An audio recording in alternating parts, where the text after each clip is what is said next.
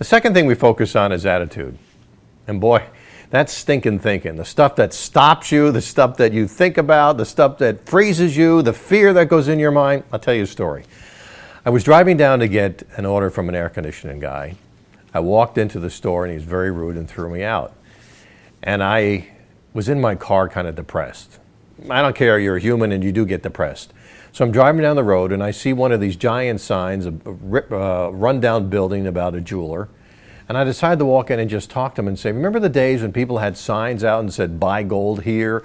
Or they were always touting the fact that we sell gold, we buy gold. I walked in, I talked to him and I said, hey, so what's going on with the gold buying and selling now? Because I don't see you guys out in the street anymore. I don't hear all the commercials.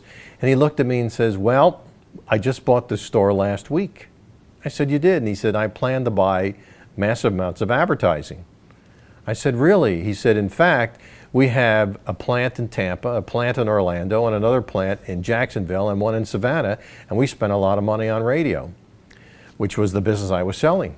So I said to him, what do you want me to do? He says, I'd like you to help me buy radio and tell me what stations I should buy, and I'm going to buy your radio station. Now, if I had been depressed, I would have went back to the office, maybe had some coffee, left early, went to a bar, but instead, I actually get out of my car and I started talking to this guy. And I got to tell you, that's a true story about my attitude. My attitude has been up all the time, knowing that if someone says no, somebody else is going to say yes. I just got to find them. Skills, let's face it. Most salespeople don't know anything about skills. How you say things, the words you say, the kind of questions you ask. What the right thing is to say, what the bad thing is to say. You start talking about your company. Why we're number one, why we're the top, why we're the best, and people just shut down.